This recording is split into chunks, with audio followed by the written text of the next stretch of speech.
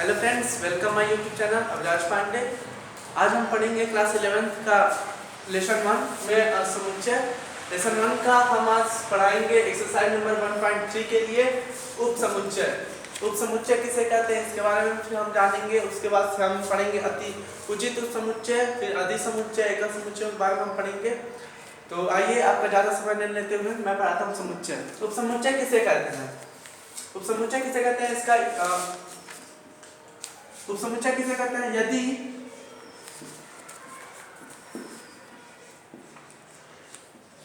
यदि समुच्चय ए के सभी अवयव, यदि समुच्चय ए के सभी अवयव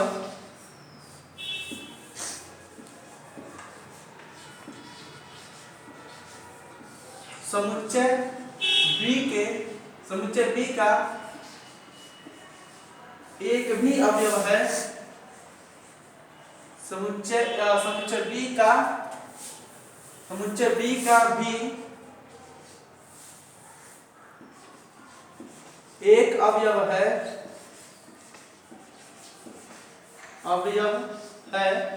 तो हम कह सकते हैं जो समुच्चय ए है वो समुच्चय बी का क्या है? उपसमुच्चय है। उपसमुच्चय है।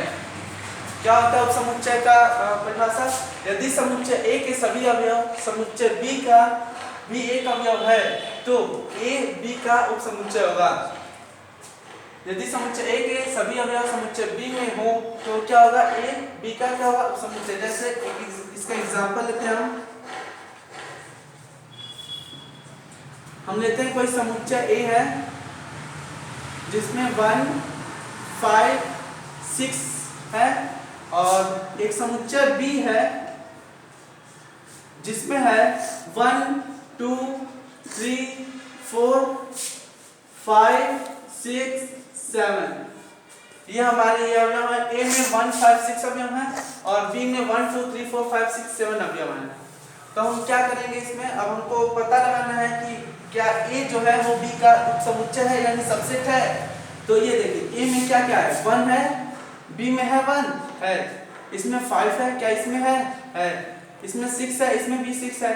तो हम कह सकते हैं कि जो ए के सभी अवयव हैं, जो ए का जो सभी अवयव है वो समुच्चय बी में भी है। हम कह सकते हैं जो समुच्चय ए है वो समुच्चय बी का क्या है? सबसेट है। और हम इसको इस तरह से दर्शाते हैं। उपसमुच्चय को हम इस साइन से दर्शाते हैं, इसको कहते हैं सबसेट। इससे व्यक्त करते हैं और हम इसको क्या कहते हैं? इस चिन्ह को हम क्या कहते हैं? सबसेट कहते हैं। और जब हमको इसको दर्शाना होता है कि ए बी का क्या है उपसमुच्चय तो हम इसको ऐसे लिखते हैं, ऐसे। ये हो गया हमारा उपसमुच्चय। उपसमुच्चय किसे कहते हैं? एक और एग्जांपल हम लेते हैं उपसमुच्चय का। उपसमुच्चय का एक और हम एग्जांपल लेते हैं यहाँ पे।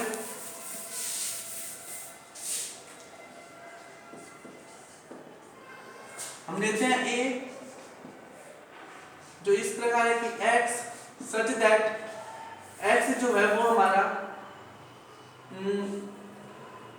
x क्या? x वावेलों की संख्या है।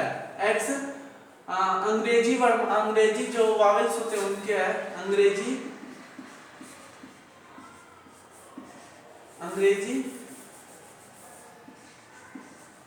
x क्या है? x अंग्रेजी स्वर है यानी वावेल है। और जो समुच्चय हमारा बी है वो क्या है? x such that x अंग्रेजी वर्णमाला है।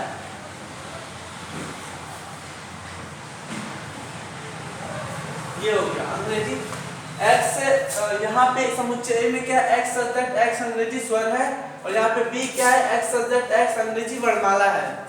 अंग्रेजी के वर्णमाला है और यहाँ पे अंग्रेजी स्वर है। अब देखिए ए में हमारा क्या क्या आ जाएगा?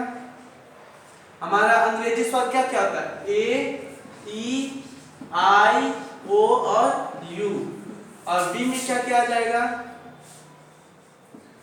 A B C D E dot dot dot पूरा जेड तक आ जाएगा।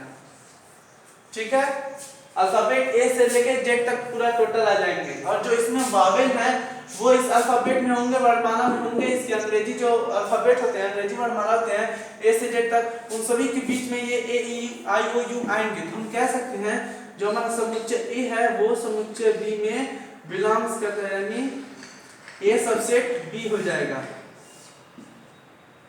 ये हमारा हो जाएगा। अब ए सबसेट बी यानी ए जो है वो बी में, ए के जो सभी अवयव हैं वो क्या है, बी में है। ए के सभी अवयव बी में क्या करते हैं, बिलोंग्स करते हैं।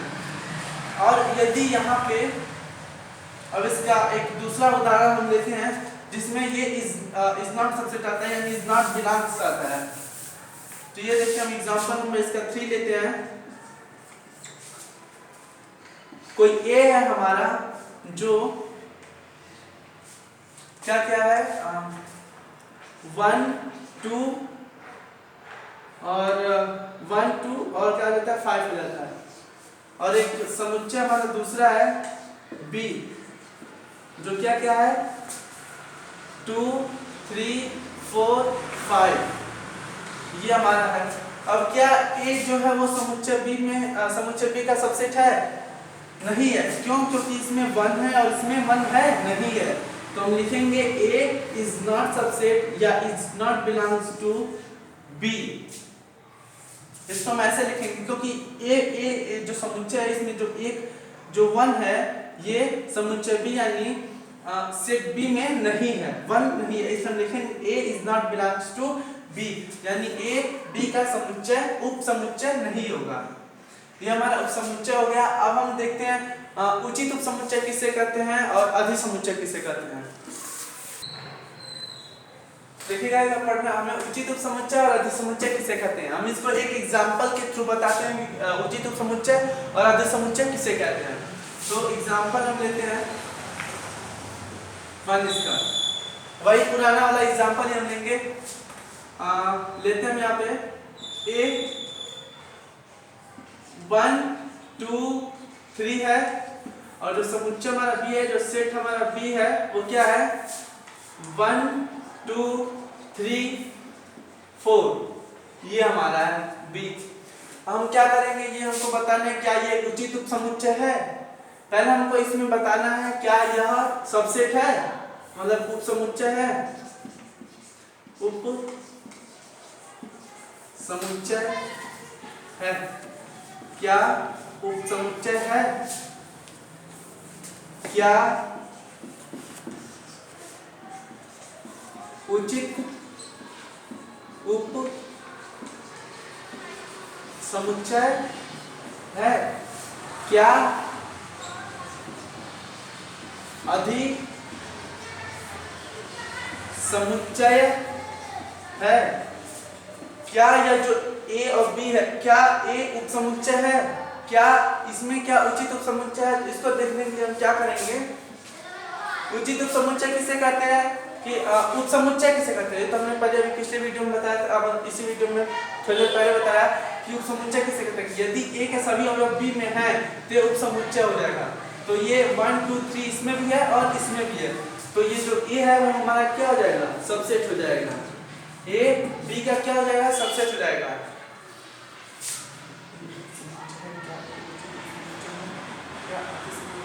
क्या अधिसमुच्चय,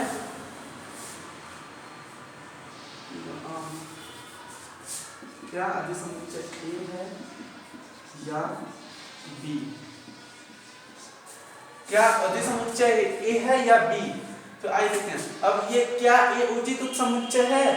तो इसको ज्ञात करने के लिए हमें क्या उचित उप समुच्चय ज्ञात करने के लिए हमें इस कंडीशन के साथ साथ ये जो है इस कंडीशन के साथ साथ हमें इस कंडीशन को भी देखना होगा।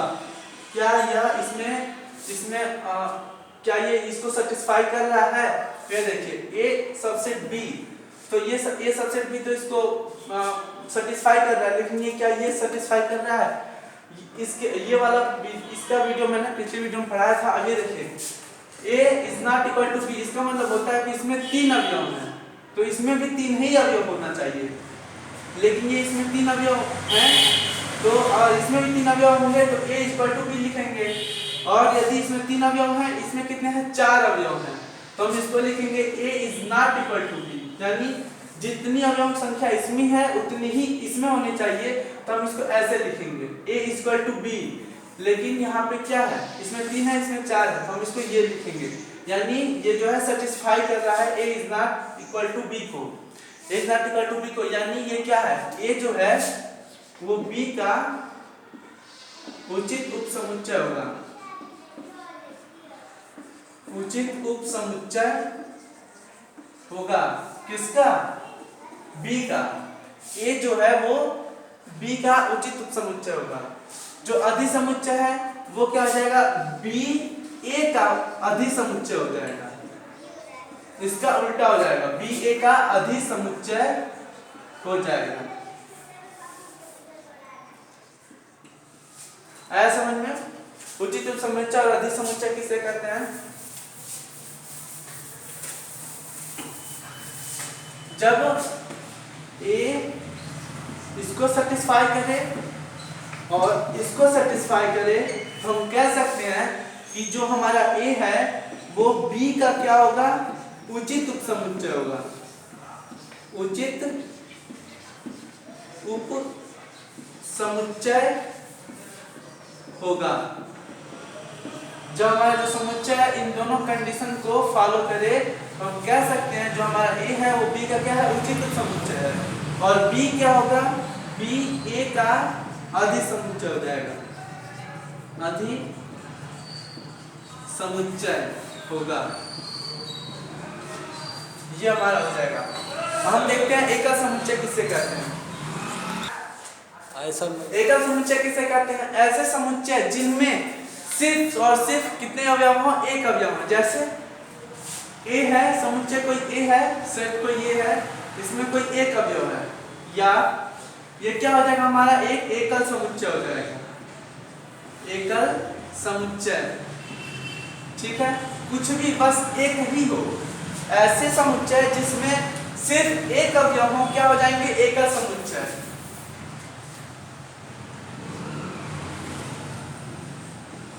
ऐसे समुच्चय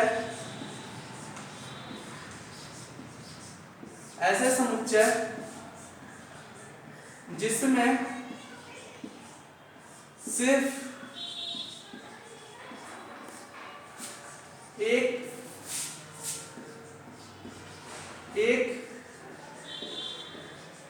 अवयव हो क्या कहलाता है, एकल समुच्चय कहलाता है, एकल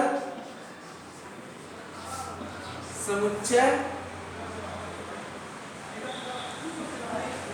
कहलाता है। ऐसे समुच्चय जिसमें एक अवयव हो क्या कहलाता है, एकल समुच्चय कहलाता है। जैसे a इज इक्वल टू क्या हो जाएगा, कोई एक समुच्चय लेते हैं, कोई हमारा सेट a है जिसमें क्या है, a है, सिर्फ एक अवयव है, तो क्या हो जाएगा, ये हमारा एकल समुच्चय होगा। और एक चीज और कि जो हमारा फाई होता है, जो हमारा फाई होता है वो सभी समुच्चयों का क्या होता है, उपसमुच्चय होता है। जो फाई होता है वो सभी समुच्चयों का क्या होता है, उपसमुच्चय होता है। फाई ये नोट्स में लिख लीजिएगा, नोट्स में जो फाई होता है, फाई सभी समुच्चयों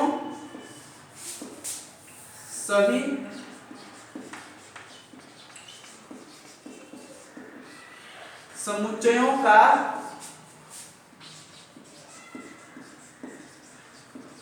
उपसमुच्चय होता है। जो फाई होता है वो सभी समुच्चयों का क्या होता है, उपसमुच्चय होता है। ये हो गया हमारा एकल समुच्चय। अब हम आगे देखते हैं। हम इस पे फाई वाले पे एक एग्जांपल लेंगे। ये जो फाई हमें इसका यूज करना है किसमें, ये है ये दूसरा क्वेश्चन है, ये पहला क्वेश्चन है, इसमें इसका तीसरा क्वेश्चन है बी, C सी हो जाएगा। और ये चौथा क्वेश्चन हो जाएगा ए सी, यस ए सी, ये हमारा हो गया। ये हमें ज्ञात है, इसका यूज सब belongs to is not belongs to का हमें प्रयोग करना है इस क्वेश्चन में।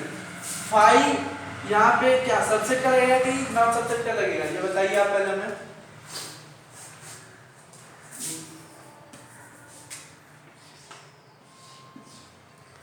फाइव क्या होता है? सभी समुच्चयों, सॉरी ये सही था। फाइव क्या होता है? सभी समुच्चयों का क्या होता है? उपसमुच्चय होता है। यानी ये ऐसे हो जाएगा समुच्चय। ये फाइव ए का क्या है? उपसमुच्चय है। हमें अभी थोड़ी देर पहले बताया कि फाइव क्या है? सभी समुच्चयों का उपसमुच्चय है। अब ये ए क्या ए बी का उपसमुच्चय है? ए में क्या है? 1 और 3 है। बी में है इसका, इसमें 1 है, इसमें भी 1 है, इसमें 3 है, लेकिन इसमें 3 नहीं है। यानी ए बी का क्या उपसमुच्चय नहीं है। Is not belongs to. अब ये तीसरा है बी और सी, बी सी, क्या बी सी का उपसमुच्चय है? बी सी का उपसमुच्चय है। इसमें क्या है? 1 5 9, 1 5 9, यानी इसमें जो 3 अवयव है सी में भी 3 अवयव है, तो हम कह सकते हैं जो बी है वो सी का क्या है? उपसमुच्चय है। ए क्या ए सी का उपसमुच्चय है? ए सी का उपसमुच्चय है 1 3, इसमें भी 1 3 है, यानी जो समुच्चय ए के सभी अवयव हैं समुच्चय सी में भी हैं। ये क्या हो जाएगा? ए समुच्चय सी का क्या हो जाएगा? उपसमुच्चय हो जाएगा। ये हमारा हो गया, ये हमारा 5 पे क्वेश्चन हो गया। एनसीईआरटी का ये एग्जांपल है। हम आइए देखते हैं अब इस वीडियो में अब हम पढ़ेंगे सार्वत्रिक समुच्चय और घात समुच्चय के बारे में हम पढ़ेंगे। घात समुच्चय किसे कहते हैं? हम इसके घात समुच्चय के बारे में पढ़ेंगे। तो किसी भी समुच्चयों के उपसमुच्चयों के संग्रह, किसी भी समुच्चय के उपसमुच्चय के संग्रह को हम क्या कहेंगे? घात समुच्चय कहेंगे।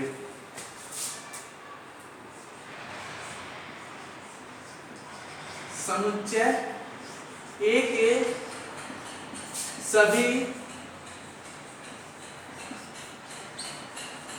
उपसमुच्चयों के संग्रह को क्या कहेंगे? घात समुच्चय। घात समुच्चय कहते हैं। अब जैसे हम कोई ए लेते हैं, कोई समुच्चय हमारे पास ए है 1, 2, सॉरी 1, 2 नहीं 2, 3। हम कहेंगे कि इसके सभी उपसमुच्चय लिखिए। यह समुच्चय ए है, इसका सभी जितने उपसमुच्चय बन सकते हैं उन सभी उपसमुच्चयों को आप लिखिए। तो क्या लिखेंगे? हमें ये पता है कि जो 5 होता है सभी समुच्चयों का क्या होता है? उपसमुच्चय होता है। और फिर ये यानी एक 5 समुच्चय हो जाएगा। ये जो समुच्चय जो ये है ये भी एक उपसमुच्चय हो जाएगा, इसका उपसमुच्चय हो जाएगा। ये भी इसका जो क्या हो जाएगा? एक क्या हो जाएगा? उपसमुच्चय हो जाएगा। और एक चीज और की जो कोई भी समुच्चय खुद का स्वयं का क्या होता है? उपसमुच्चय होता है। तो यानी 2, 3 में क्या हो जाएगा? समुच्चय का उपसमुच्चय हो जाएगा। अब जो इसकी जो टोटल है ये क्या हो जाएंगे? हमारे ये घात समुच्चय हो जाएंगे। ए के सभी समुच्चय यानी ये सारे यहाँ से लेकर के यहाँ तक जो सभी हैं क्या हो जाएंगे? जो ए है इसका क्या हो जाएगा? घात समुच्चय हो जाएगा। ये सभी 5, 2, 3, 2 का मतलब क्या हो जाएगा? समुच्चय का क्या हो जाएगा? घात समुच्चय हो जाएगा। तो हम इसको ऐसे लिखते हैं, इसको मान लेते हैं पी ए बराबर क्या है हमारा? 2, 3 है। पी ए क्या हो गया? यानी पी यानी power of set A, power of set A, power of set ए क्या हो जाएगा हमारा? ये वाला हो जाएगा 5 हो जाएगा, 2 हो जाएगा, 3 हो जाएगा, और क्या हो जाएगा? 2, 3 ये हो जाएगा। ये क्या हो गया हमारा? पावर ऑफ सेट हो गया, पावर ऑफ सेट हो गया। अब ये कितने हैं इसमें? इसको हम ऐसे इसके घात को ज्ञात करने के लिए हम क्या करेंगे, ये फार्मूला होता है n, ये फिर यहाँ पे हो जाएगा p ब्रैकेट में a, ये क्या हो जाएगा हमारा घात ज्ञात करने के लिए, घात ज्ञात करने के लिए जाएगा। तो ये जो पावर ऑफ a है वो कितना है, 1 2 3 4, कितने हैं, 4 है। तो हम यहाँ पे 4 लिखेंगे और जो n है वो जब ये यहाँ पे पावर में आ जाएगा, ये n हो जाएगा, तो ये क्या 4 का 4 हम क्या लिख सकते हैं, 2 के पावर में 2 लिख सकते हैं। तो जो n की वैल्यू हमारी जो घात हो गई कितनी हो गई, 2,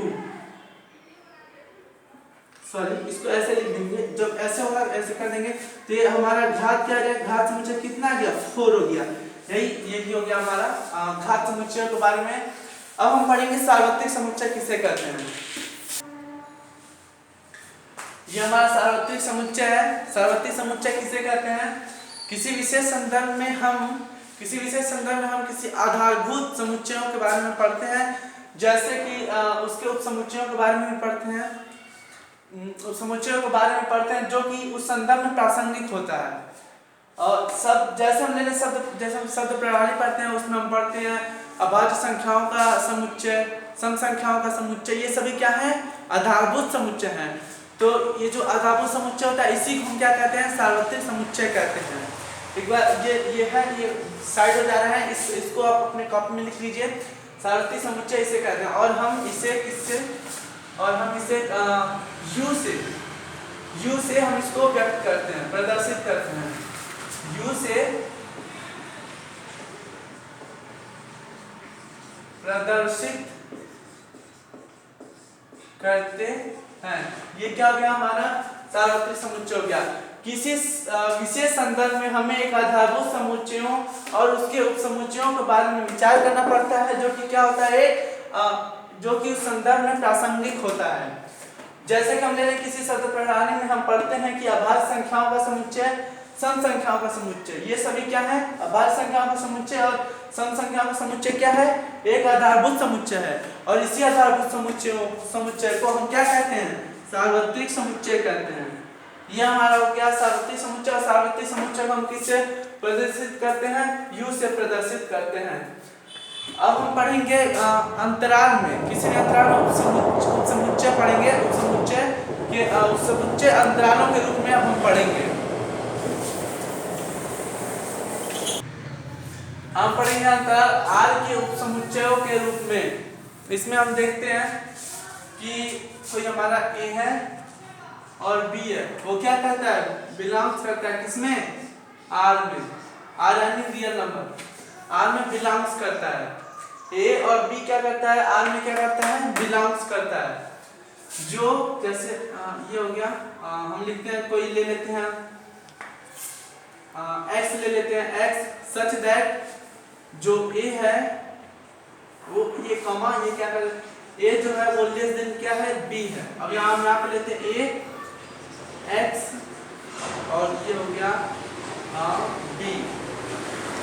ये हमारा अंतराल यानी कोई हमको सीमा दे देगा कि 1 से लेकर 10 के बीच में सभी संख्याओं का समुच्चय, सभी सम संख्याओं का समुच्चय, 2 से लेकर 4 तक का समुच्चय, ये क्या हो जाएगा हमारा अंतराल में हो जाएगा। जैसे ये a से कहाँ तक है, b तक, ये क्या हमारा हो जाएगा, अंतराल में हो जाएगा, ये अंतराल समुच्चय हो जाएगा, अंतराल में है। तो जैसे हम ले लेते हैं, जैसे हम ले लिए कि कोई समुच्चय a है, x सच दैट x जो है वो बिलोंग्स करता है -3 से कहाँ तक, 7 तक। ये इक्वल टू लग गया, इसका मतलब 3 से है और कहाँ तक है, 7 तक है, यहाँ पे भी लिखा है। और यदि ये नहीं रहता तो इसका मतलब 3 से बड़ा है, -3 से क्या है, बड़ा है, तो -3 से, तो -3 नहीं लिखते, -2 से लिखते, जैसा भी बताते हैं। इक्वल टू करना है तो हम उसको क्या लिखेंगे, -3 -2 -1 0 1 2 3 4 5 6 7। ये हमारा अंतराल हो गया, कहाँ से कहाँ तक का, -3 से लेकर के 7 तक, ये हम ऐसे लिख देंगे। और यदि यही अगर ऐसे होता, x such that -3 x ये हो जाता तो हम क्या लिखते हैं, -2 -1 0 1 2 3 4 5 6 7 हमने लिखते, क्यों? क्योंकि यहाँ पे इक्वल टू का चिन्ह नहीं है, और यहाँ पे भी यहाँ पे -3 नहीं लिखेंगे, क्यों? क्योंकि यहाँ पे इक्वल टू का चिन्ह नहीं है। यही होता है हमारा अंतराल, तो हम इसको ऐसे लिखेंगे।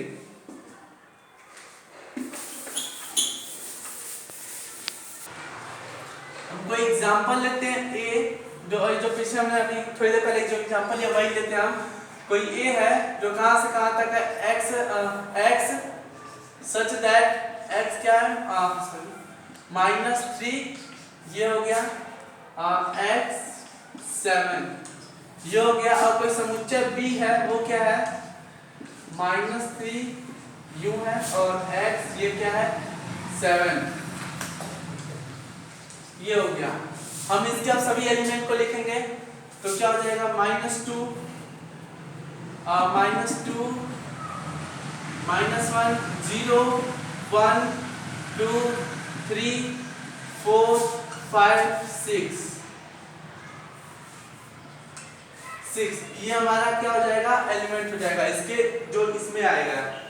अब हम इसके b वाले को लेते हैं, b वाले के जो एलिमेंट होंगे वो लिखेंगे, तो -3 -2 -1 0 1 2 3 4 5 and 6, ये हो गया।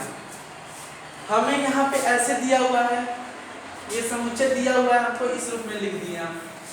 अब हमको इसके जगह पे ये जो है, ये जो समुच्चय दिया हुआ है, यहाँ पे जो समुच्चय दिया है, इसके जगह पे हमें ये ऐसे दे देगा, a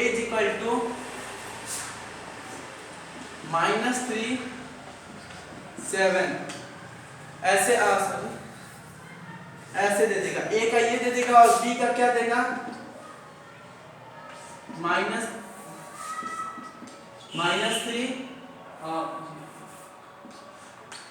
-3 और ये हो जाएगा 7, ऐसे। तो हमें जब ये ऐसे देगा, इसका मतलब होता है छोटा ब्रैकेट, छोटे ब्रैकेट, इसको छोटा ब्रैकेट कहते हैं, और ये जो है इसको भी छोटा ब्रैकेट कहते हैं। यहाँ पे जो है इसे बड़ा ब्रैकेट और इसे छोटा ब्रैकेट कहते हैं। तो ये देखिए, जब ये छोटा ब्रैकेट लगा है, -3 की तरफ छोटा ब्रैकेट लगा है, यानी -3 हमको नहीं लेना, -3 से क्या लेना है, छोटा लेना है। तो -2 -1 ऐसे बढ़ते जाएंगे, और इधर भी छोटा ब्रैकेट लगा, यानी हमको 7 से छोटा लेना है, 7 तक नहीं, 7 से छोटा लेना है। तो हम 7 से छोटा क्या, 6 तक लेंगे। यही इसको ऐसे दे देगा, हमको इसको ऐसे लिखना है। यहाँ पे देखिए, इसको b लिखा है, b समुच्चय -3, जब बड़ा ब्रैकेट आएगा तो हमें इसका मतलब क्या होता है कि -3 से, -3 भी लिखना है हमको, -3 से लेकर के कहाँ तक है, 6 तक। यहाँ पे 7 है, यहाँ पे क्या लगा, छोटा ब्रैकेट लगा, यानी 7 नहीं होगा, 7 से क्या होगा, छोटा होगा, 7 से एकदम पहले तक होगा, यानी 6 तक होगा। ये हमारा अंतराल में हमें ऐसे क्वेश्चन आते हैं। ये हो गया हमारा अंतराल r के उपसमुच्चयों के रूप में अंतराल में कैसे ज्ञात किया जाता है, समुच्चय हमने पढ़ा। अब आगे देखते हैं, ये हमारा एग्जांपल है, a छोटे ब्रैकेट में -3 -5, छोटा ब्रैकेट b, समुच्चय b क्या है, -7, बड़ा ब्रैकेट है, 9, बड़ा ब्रैकेट है। हमें ये बताना है इसमें कि a सबसेट b है या a इसका सबसेट b है, यानी a के सभी अवयव b में है या a के सभी अवयव b में नहीं है। ये हमको क्या करना है, बताना है इन दोनों में कौन सा सही है और कौन सा गलत है। भाई सॉल्व करते हैं। सॉल्व हम इसका देखेंगे, ये छोटा ब्रैकेट है, यानी क्या -3 हमको नहीं लेना, -3 से छोटा लेना है।